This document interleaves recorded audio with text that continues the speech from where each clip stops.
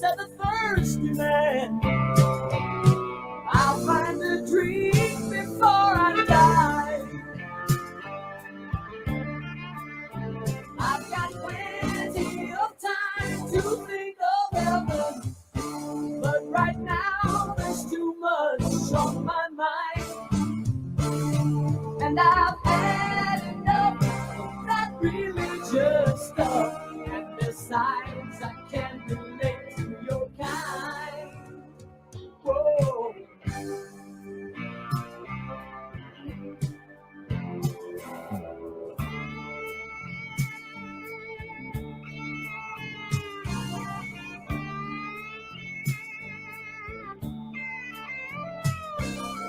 Leave me alone, said the lonely man. Well, good morning, good morning, good morning, and welcome to Sunday School. I am your teacher for the day, Alonzo Richard Fleming Jr., and I thank you for joining me this morning. Got a little late start this morning.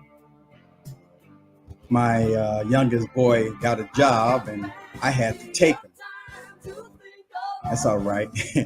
He'll be driving soon. His own license. Anyway, thank you for joining me for Sunday School. We are continuing with our series on the unraveling of a great nation, from Civil War to Donald Trump. So I appreciate you joining me. You could have joined anybody. You could have gone somewhere else and listened, but I appreciate you decided to come.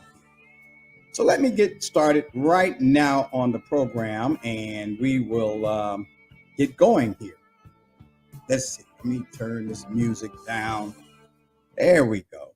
There we go. Thank you for joining me this morning for Sunday School. Listen, ladies and gentlemen, I have some confessions to make this morning. I want to get it right out the way. You know, symbols are for enlightened minds. Signs and symbols are for enlightened minds, healed minds. Let's see, I got to get this camera right here. We're going to get some videos. Yeah. Signs and symbols are for enlightened minds. And sometimes we think that we got it and we really don't have it. And sometimes we think we don't have it and we really have it. But signs and symbols are for enlightened minds. I want to just kind of make an apology real quick here before we get started regarding the program that happened on last Wednesday. I enjoyed it, but I was somewhat feeling a little taken back by it because it occurred to me that I'm not here to outline the problem so much as I am here to offer light and be that light of the world that was spoken of by the prophets.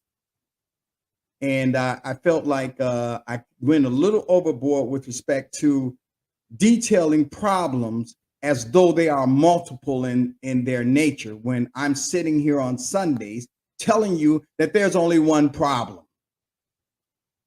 So even those of us who are enlightened can sometimes get off of the track.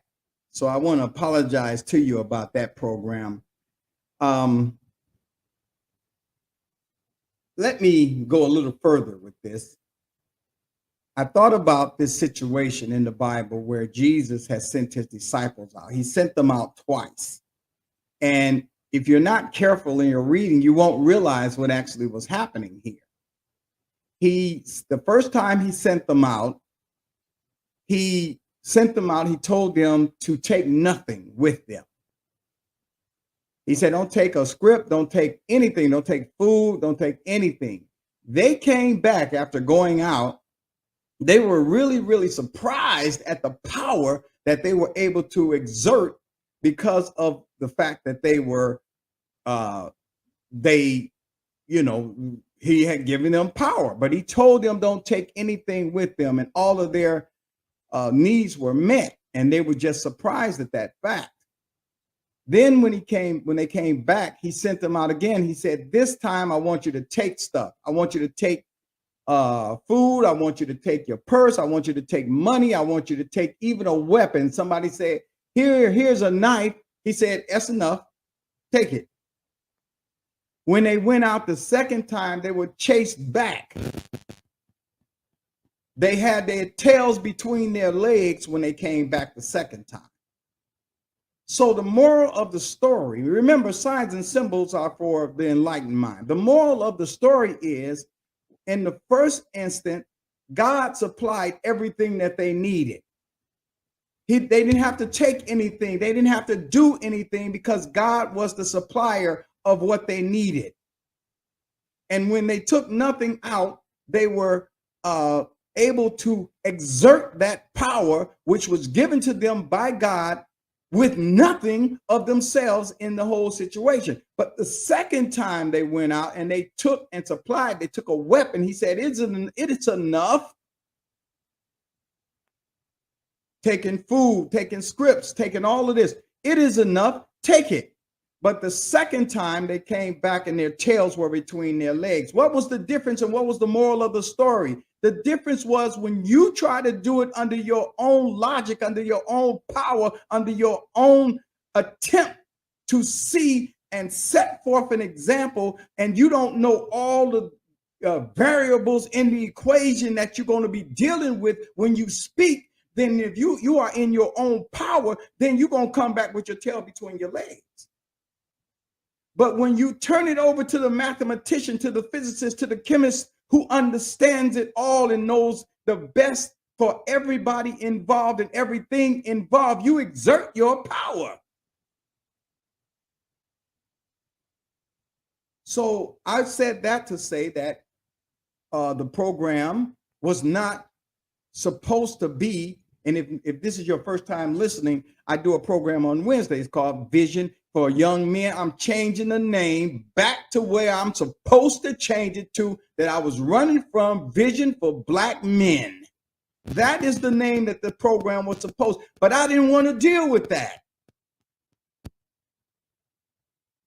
I didn't want to deal with that. So I was trying to exert other stuff in its place where God is telling me, no, there is where you deal with it. So I want to apologize again to you. My job, as Jesus put it, he said, ye are the light of the world. You are a city that's set on the hill.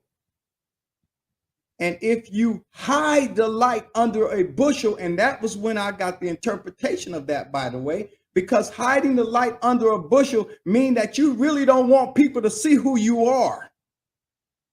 You don't really want people to know what you're working with because the crowd and the herd don't get it. And it's been given to you. But to put your light under a bushel simply means that you do not want to let people know what you're really working with. And so you try to hide it under different things. And that's what I was doing. I've been doing this for a long time, trying to hide it. But now we're going to get into the subject. I had to apologize to you because I had to release that in my own self. We are dealing with the subject, ladies and gentlemen, the unraveling of a great nation, from Civil War to Donald Trump. And you're going to have to just go back to some of the previous ones. If you haven't heard some of the lessons, go back to some of the previous lessons and catch up. The unraveling of a great nation. Now, I didn't originate this subject. It was originated by Minister Farrakhan back in, I believe it's 2003 or 2013, around there. And so my lesson is somewhat of an update. So let's get right on into the lesson here. Let me see here. We were coming out of the Course in Miracles, and lesson 79, ironically, is the lesson that I've been, the lesson in the Course in Miracles that I've been using as the foundation. And for those of you who got to have a scripture from the Bible, I'm going to get into some scriptures from the Bible. But the lesson in A Course in Miracles says, let me recognize the problem so it can be solved. A problem cannot be solved if you do not know what it is. Even if it is really solved already, you will still have the problem because you will not recognize that it has been solved. This is the situation of the world. The problem of separation, which is really the only problem,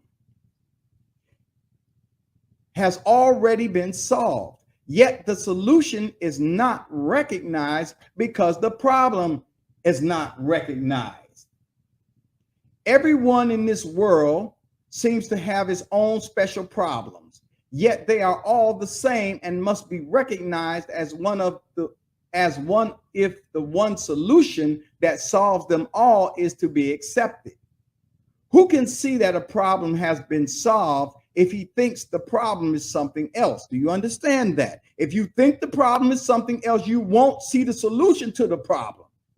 Even if he is given the answer, he cannot see its relevance. That is the position in which you find yourself now. You have the answer, but you are still uncertain about what the problem is. A long series of different problems seem to confront you, and as one is settled, the next one and the next one arise. There seems to be no end to them. There is no time in which you feel completely free of problems and at peace. The temptation to regard problems as many is the temptation to keep the problem of separation unsolved. The world seems to present you with a vast number of problems, each one requiring a different answer. This perception places you in a position in which your problem solving must be inadequate and failure is inevitable. No one could solve all the problems of the world appears to hold. They seem to be on so many levels, in such varying forms and with such varied content, that they confront you with an impossible situation. Dismay and depression are inevitable as you regard them. Some spring up unexpectedly, just as you think you have resolved the previous ones. Others remain unsolved under a cloud of denial and rise to haunt you from time to time, only to be hidden again, but still unsolved. All this complexity is but a desperate attempt not to recognize the problem and therefore not to let it be resolved. If you could recognize that your only problem is separation, no matter what form it takes, you could accept the answer because you would see its relevance. Now, ladies and gentlemen, the Course in Miracles, and by the way, you need to grab a copy of A Course in Miracles because it is the practice of what Jesus taught. It is the daily practice of what he taught. And you will get a chance to basically understand and exert the power that Jesus exerted because you will have the practice that's necessary. But what the Course in Miracles is talking about is this idea of separation, of separate things, that there's a space between everything, that nothing is really connected to one another. And it goes so far to talk about you are separate from me by virtue of your body and my body. We appear to be separate, not realizing that we are really minds in one mind. This is why the Bible tells you to be of one mind, because it understands that you are not separate in spite of the fact that you appear to be separate. And this problem of separation, ladies and gentlemen, is so profound that it even makes a space between you and God, who you say God is everywhere at the same time. Well, then if God is everywhere at the same time, how can there be a gap, a space between you and God? Or how can there be a gap or a space between God and your brother? How can there be a space between you if God is omnipresent, meaning everywhere at the same time? If God is omnipotent, meaning having all power. If God is omniscient, meaning knows all as though it is one. How then can there be a separate one from God? How can it be? How can there be an anti-God? How can there be a devil if God is everywhere? Where would the devil be? Where could he exist if there is something beside him? There is a God beside him. Where could he or she be and exist in reality if this is the case? So the Course in Miracles asserts that the problem is the problem of separation, thinking that you can be separate. Going to your thinking now, even in that situation of your thinking, you think that you have separate thoughts, that no thought is related to another thought. Now, there is an ego system, thought system, that we have accepted and have been taught, and our thinking appears to be separate. But these are all illusions. And after we're finished with this, you're going to understand that you are one, that your mind is one, that at the reality of yourself, you are just like God, one. You are not many, though you appear to be many in your head, Brother Fleming. Listen, we're talking about a house divided. And now we're going to show you this. We're going into, some people had an issue with respect with me dealing with the Civil War. What that got to do with Jeebus? What the Civil War got to do with spirituality? Listen, ladies and gentlemen, brothers and sisters, boys and girls, dudes and dudettes, if God cannot deal with you on whatever level you are in, get another God, because this God is limited and cannot address you on your own there, brother. He cannot address your problems if you're wherever you happen to think you are. God should be able to deal with you wherever you think you are. Even if you are deluded, God should be able to deal with you in your delusion and lead you out of it. So now let's look at this. We're going to look at this scripture here in the book of Mark, and this part is called a house divided. And the scribes and Pharisees, which came down from Jerusalem, said, he has Beelzebub, and by the prince of the devils casteth he out devils. So now Jesus was casting out devils, and these devils are just thoughts that's in an individual that's fighting each other, and he seemed to be crazy. That's all it is. And the scribes, the preachers, they always want to protect their system. Brothers and sisters, they will never bring you a message that will liberate you from the system of the world, because their doctrine belongs to the world. The scribes which came down from Jerusalem said, he has Beelzebub, and by the prince of the devils casteth he out devils.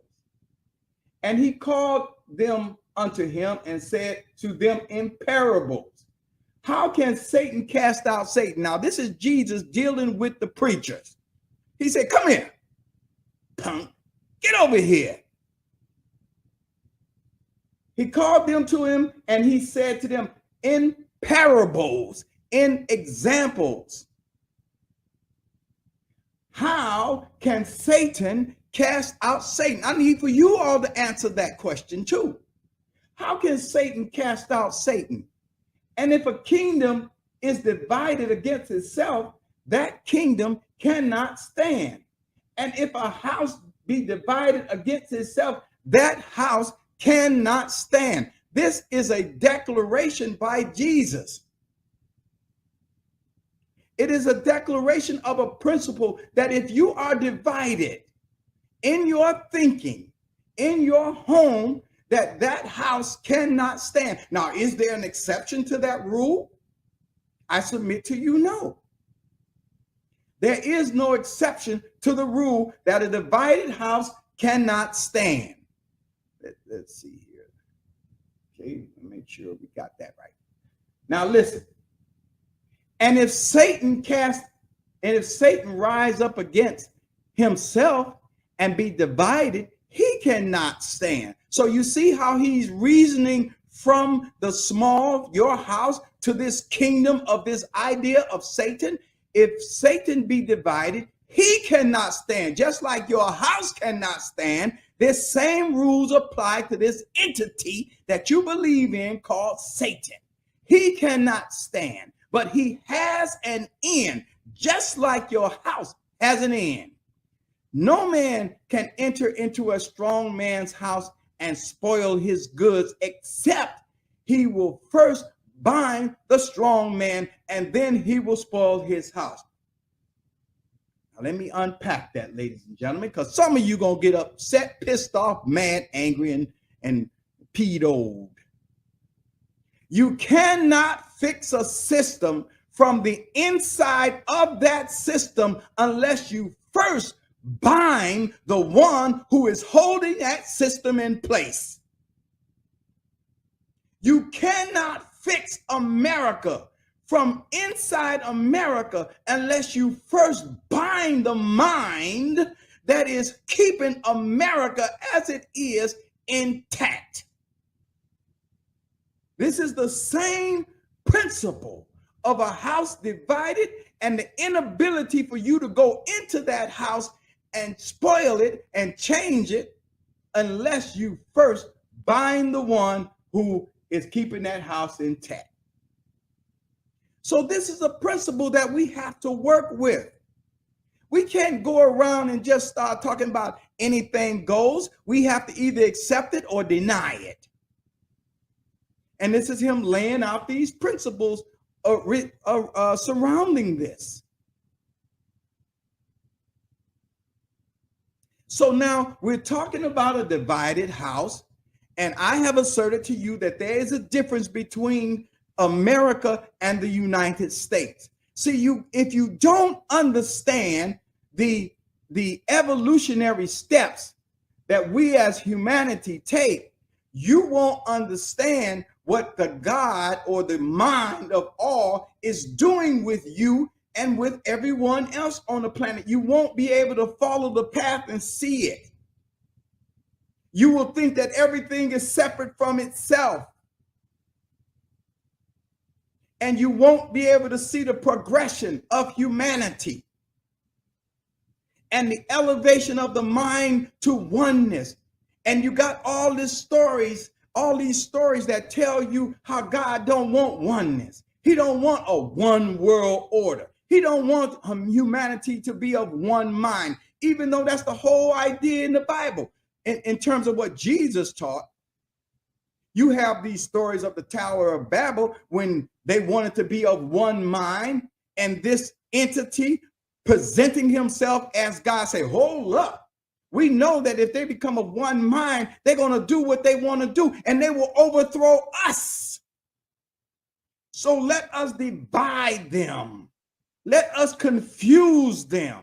Let us change the languages so they can't understand, and they will one another and they will go off. But God is telling you to be of one mind, be of one spirit. So who is this entity under the Tower of Babel talking about confusing you when the Bible tells you in another place that God is not the author of confusion, but of peace? How do you get both of those in the same God?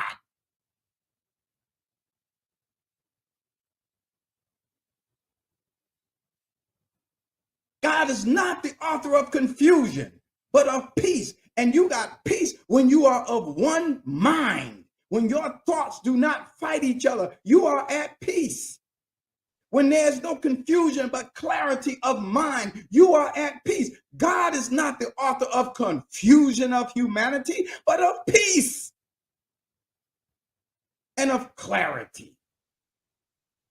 But Satan, as the preachers try to say, double talk, they say that it is God and this is anti-God. It's a Satan that is a real entity. And so Jesus used this parable because, see, they were trying to keep their world going. Just like right now. They're trying to keep this thing going. But I'm here to tell you, baby, it's over. And we pushing it into hell. We don't want it. It's got to go. It is starting with the mind. When the thoughts change and conform to peace, you must have peace breaking out. You cannot have a confused mind, a mind that's not made up, and then think you're going to get peace from that. So let's continue with our reading here. So we know this principle that we're working with, that Satan cannot cast out Satan, or his kingdom must fall of his own hands. So now going to, you hear me talk about the Declaration of Independence, and I'm telling you that everything is within you. I'm always quoting the Declaration of Independence to you, and I'm always telling you that the Declaration tells you to look within, and that we hold these truths to be self-evident, that all men are created equal and endowed with by their creator with certain inalienable rights, and that among these inalienable rights are life, liberty, and the pursuit of happiness. And when a person is exercising these rights, governments are set up towards that end. And you know that I'm always talking about this high mind in the Declaration of Independence written by Thomas Jefferson.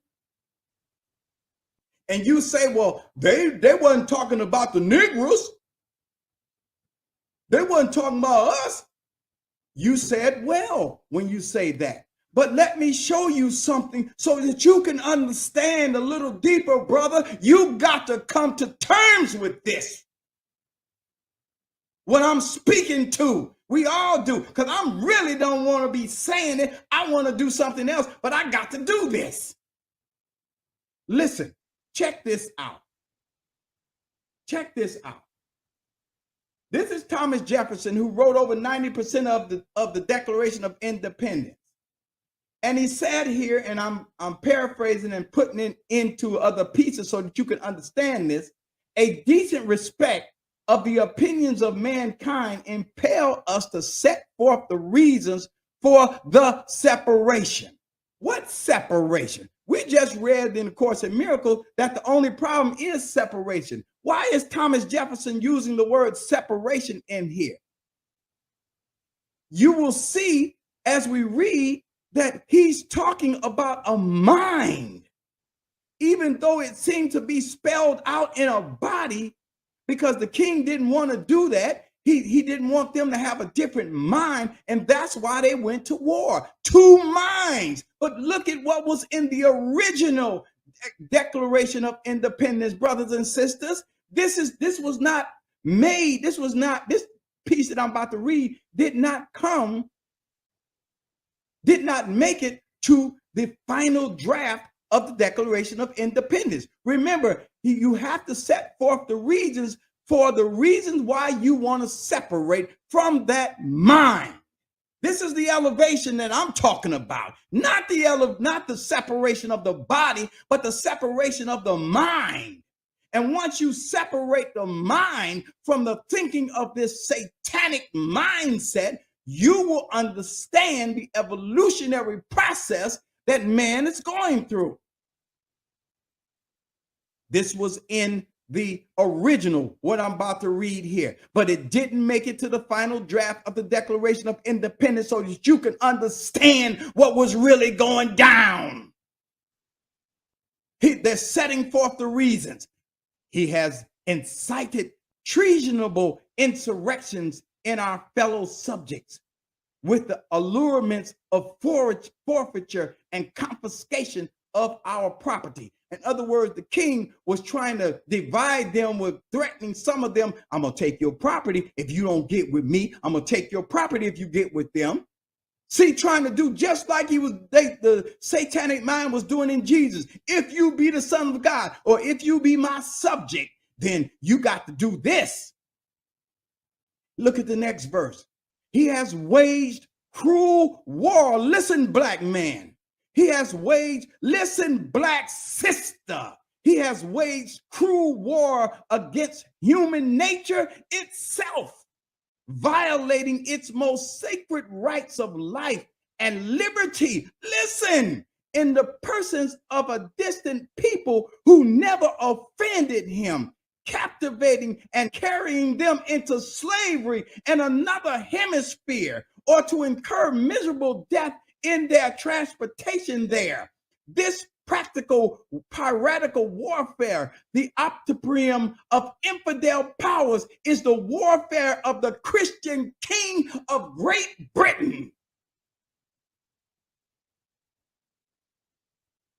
Did you get that? Did you understand what I just read?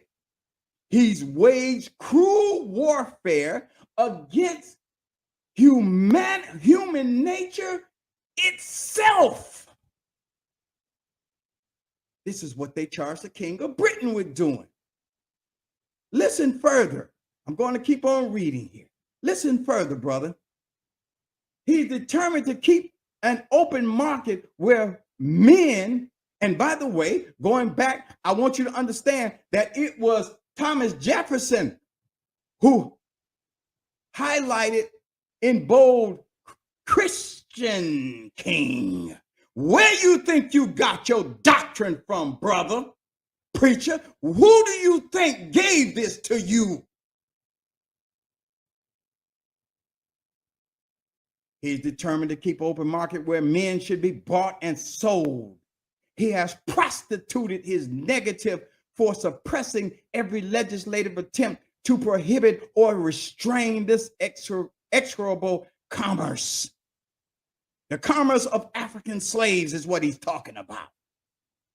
And that this assemblage of horrors might want no fact of distinguished die.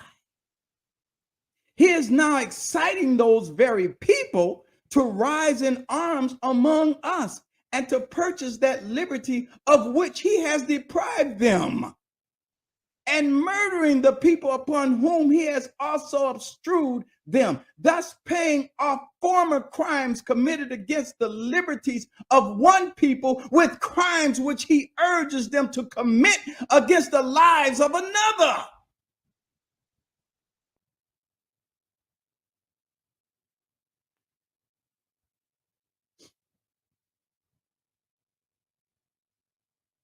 Do you understand? Do you understand what I'm saying here? Are you listening? That's what the Christian king was doing. And this was the rationale of Thomas Jefferson in the Declaration of Independence. He talks about how the king, because the British offered freedom to any slave that was in the colony. He didn't offer freedom to the slaves who were in Britain. He offered freedom to the slaves that were, he offered, Lord have mercy. He offered freedom to the slaves that were in the colonies. Where have you heard that from? The Emancipation Proclamation of Abraham Lincoln, who only offered freedom to those states, those slaves in states that were in rebellion, just like the King of Britain did the colonists. The Christian king, the Christian colonists. Once the slaves, and just like in the Civil War, in the Revolutionary War, blacks fought on both sides. There were blacks fighting for freedom on the sides of the king of Britain, and there were blacks fighting on the side of the colonists for freedom. Both of them fighting for freedom, or so they thought.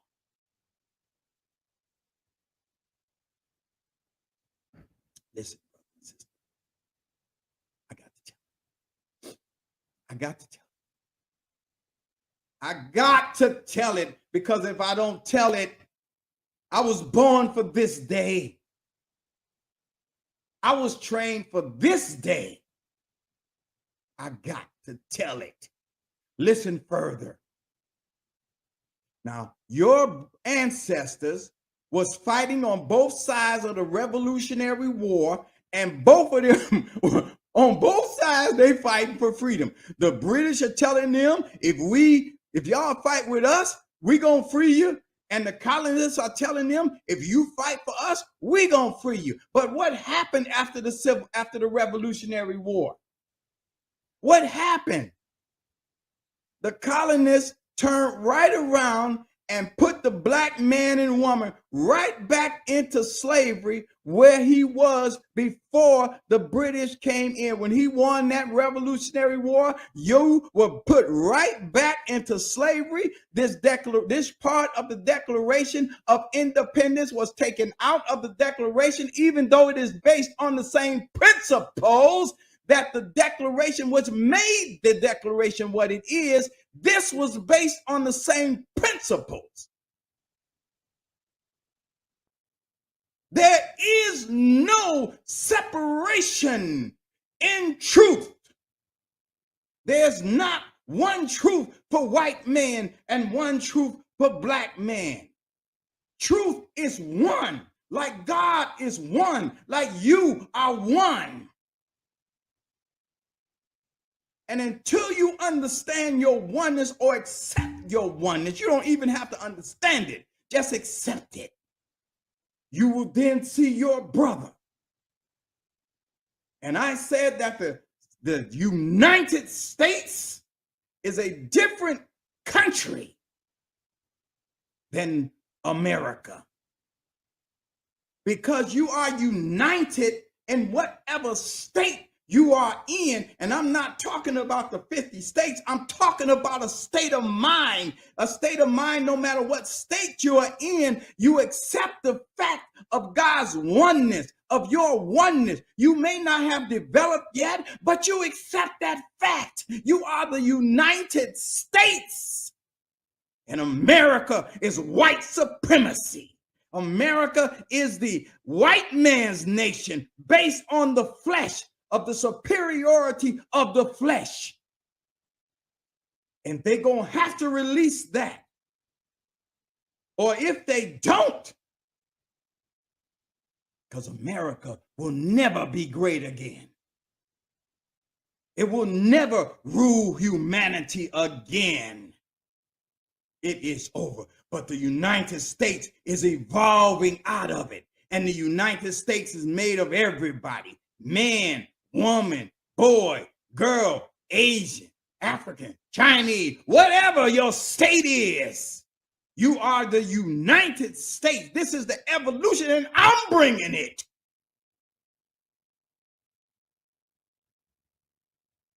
I'm the one bringing it. I know you ain't never heard this. And I know you don't think that a black man was given anything, just like they didn't think, can anything come out of Bethlehem or wherever Jesus was born? Can any good thing come out of there? They was like, you. I'm bringing it. It was given to me to bring to you. So I'm going to bring it. Let's continue with this. Listen. The colonists turned around and did the same thing. But I want you to understand what they said. Listen to this, guys.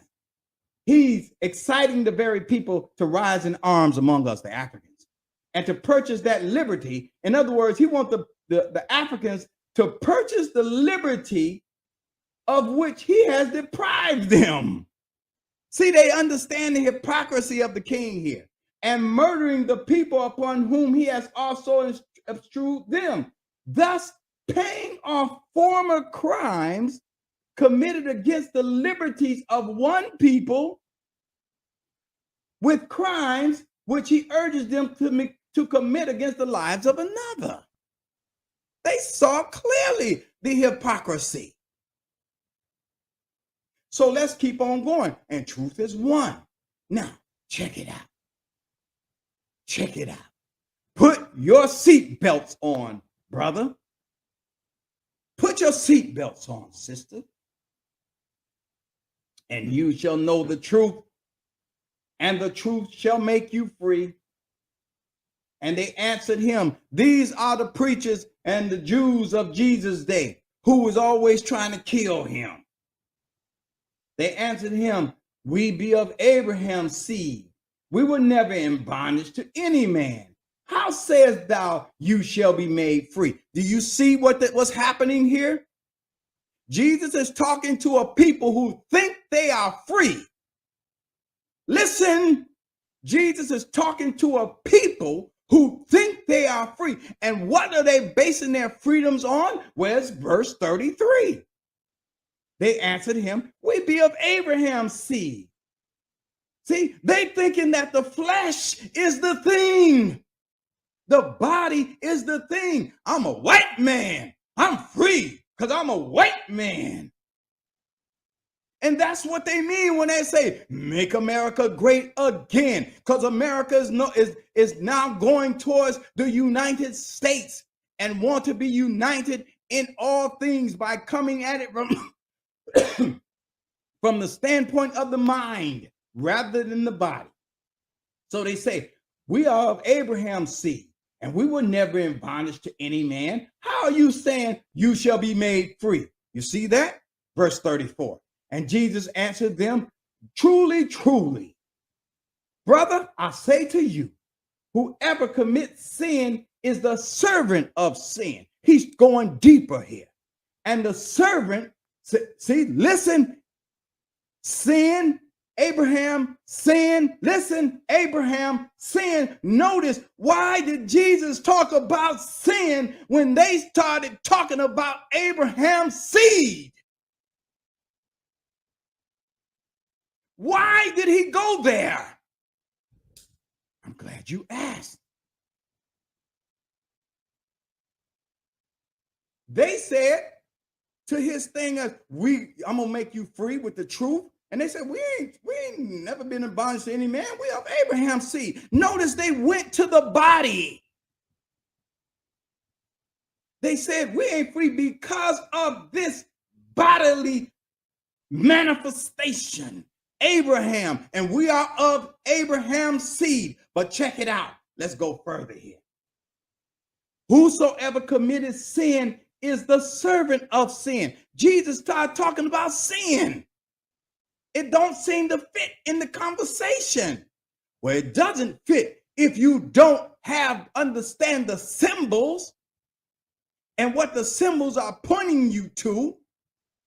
Whosoever committed sin is the servant of sin. If you think you are free because you are a white man, if you think you are free because you are a Jew and you come from Abraham, if you think you are free because you are a black man and you think that there's something in your body that makes you free, you are committing sin. You are functioning under the idea that the body is what contains your freedom.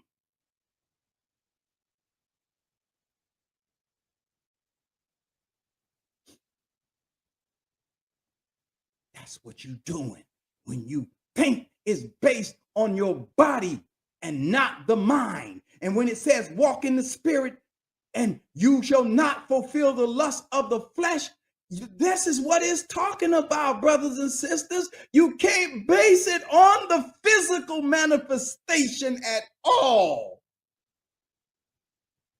He says, whosoever committed sin, verse 34, is the servant of sin. Now listen what happens to the servant, America, who you want to be great again. The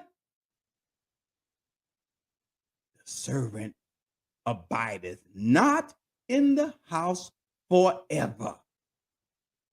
You see that? but the Son abideth ever.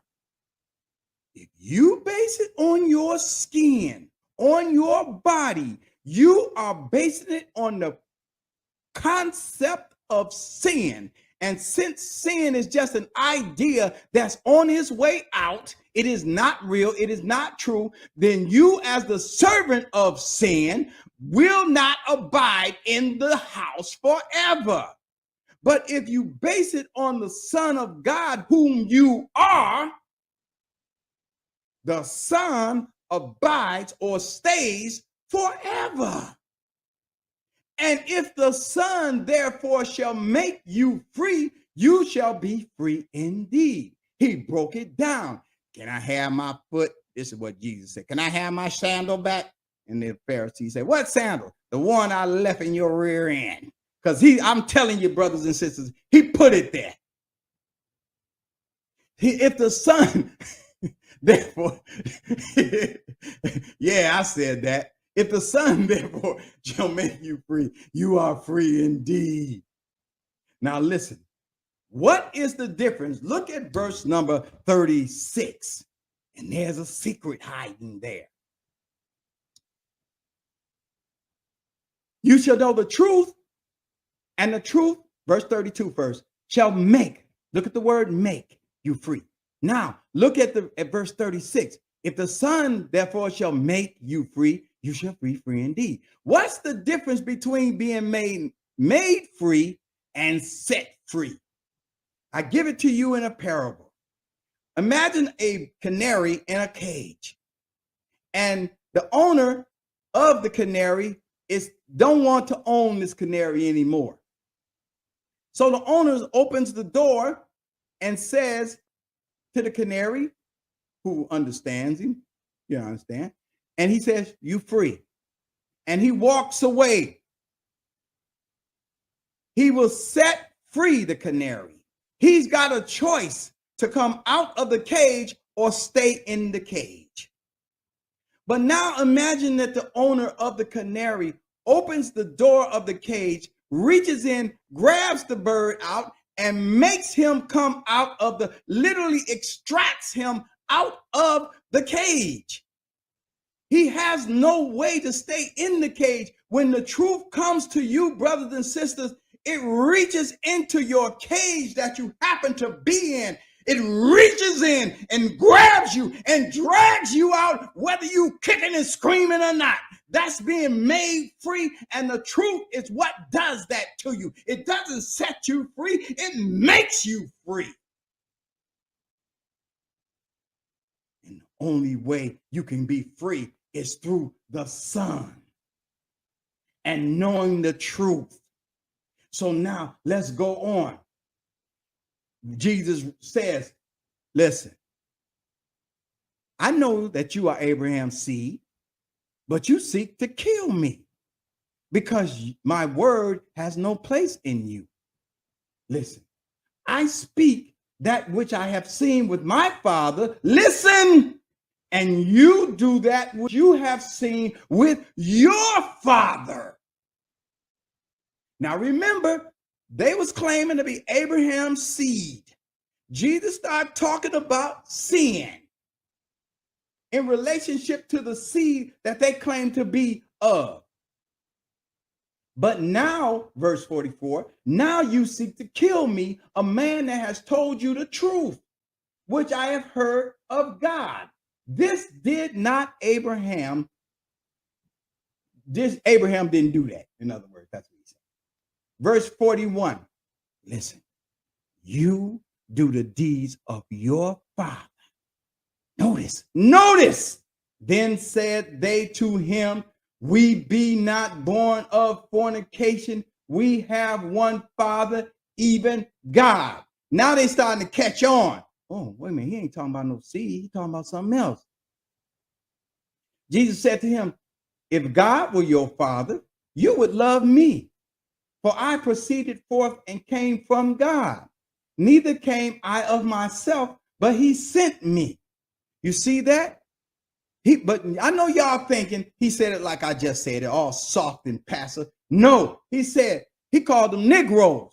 Negro, if God were your father, you would love me because I'm from him. I didn't come on myself. He sent me. I'm exaggerating so that you will understand that he was not a passive man. Why do you not understand, verse 43, my speech? Even because you cannot hear my word. He's not talking about the words that's coming out of his mouth.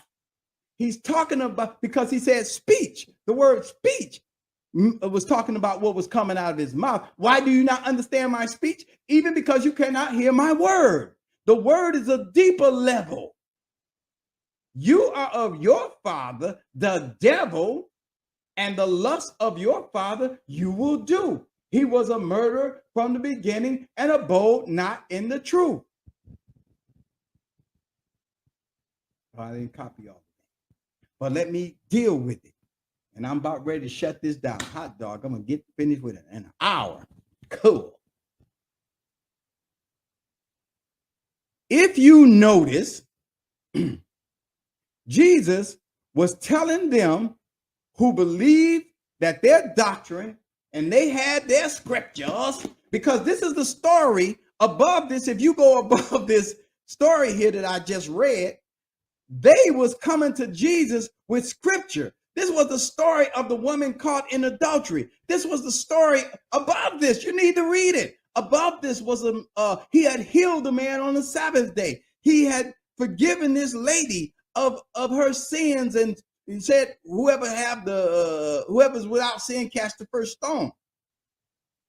This conversation is coming from all of that. But Jesus here is telling them that you are of your father, the devil, and the deeds of your father you will do. He was a murderer from the beginning, and he abode not in the truth. Now, if you go back to some of my first lessons, when I showed you the difference between the God, your father, and the fraudulent one, the counterfeit, you will see which one that is, which father that is that Jesus is talking about. He had to speak in parables, ladies and gentlemen, because he knew they was going to kill him. And he had to speak in such a way that he would be able to get his message out to the people. And here I am in 2022 talking the same thing. But you go back to see who the father of the preachers are. Now, I want to take it on home with this, because the son, when he sets you free, you are free indeed. Or when he make you free, you are free indeed. And what does it mean to be free? I had a minister on the program, the Wednesday program, a couple of weeks ago. And one of the things he started talking about was being broken. And that he was talking about how broken he was, and he had to come to terms with that. Minister Dwayne, I'm going to have him on plenty more times. This brother is deep. And basically, he said, I don't have to hide nothing. See, when the Son makes you free, you know that you are not of the flesh, but of the Spirit. And the Spirit gives you life. But to be broken means you are broken from the trust, from the belief that your flesh is what gives you the power. Your body is what gives you the power. You have been taught by the same one who has taught these people in the Bible, these same preachers. They have an offspring from their father, and you have an offspring from your father. And each one talks to you in terms of their father. When they start talking to you, he goes on further in this scripture. Which one of you punks convinces me of sin? Yeah, he called them punks. Which one of y'all convinces me of sin? See, he know that he rose above this idea of sin, because sin enslaves you. When your mind think that God put sin in your mind or allowed sin in your mind, you are enslaved.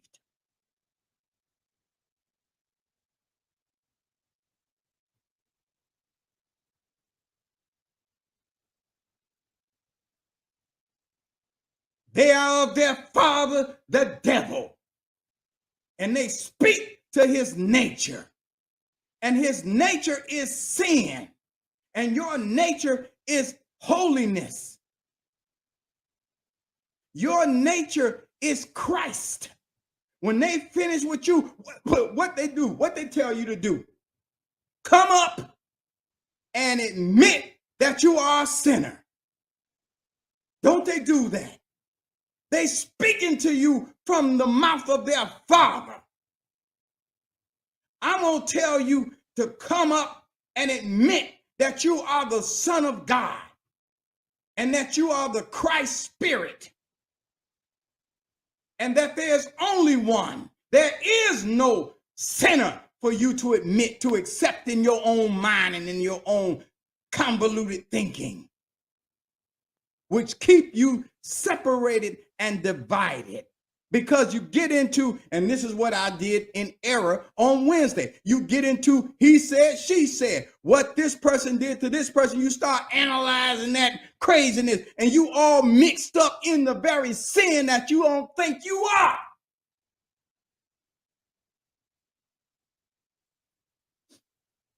Listen, brothers and sisters, listen to me good, and I'm here to speak to you in truth.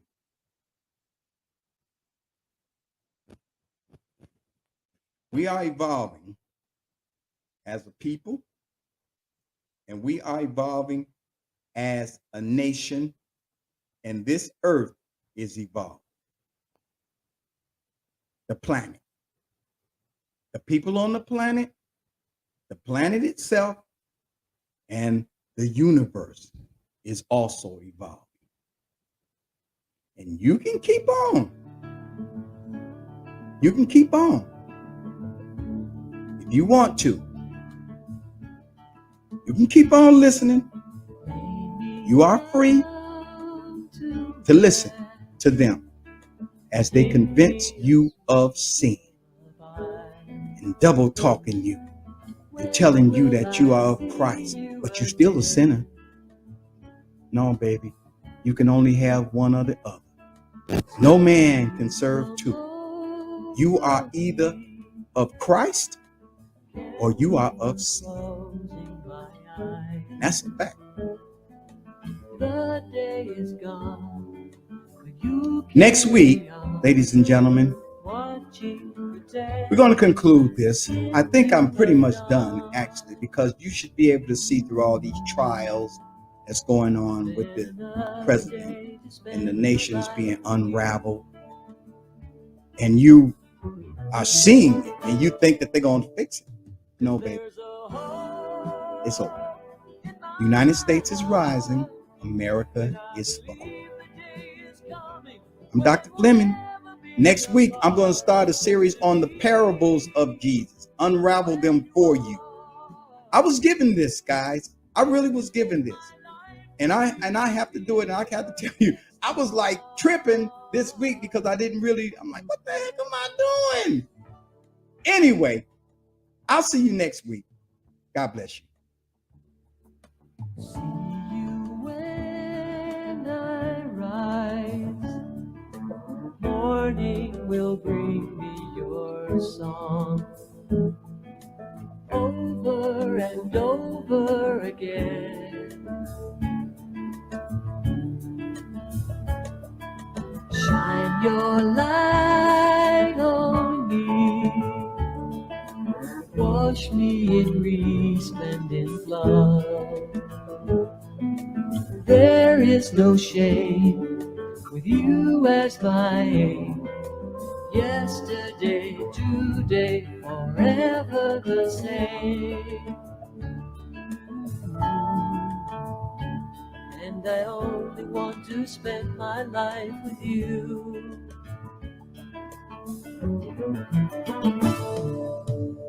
'Cause there's a heart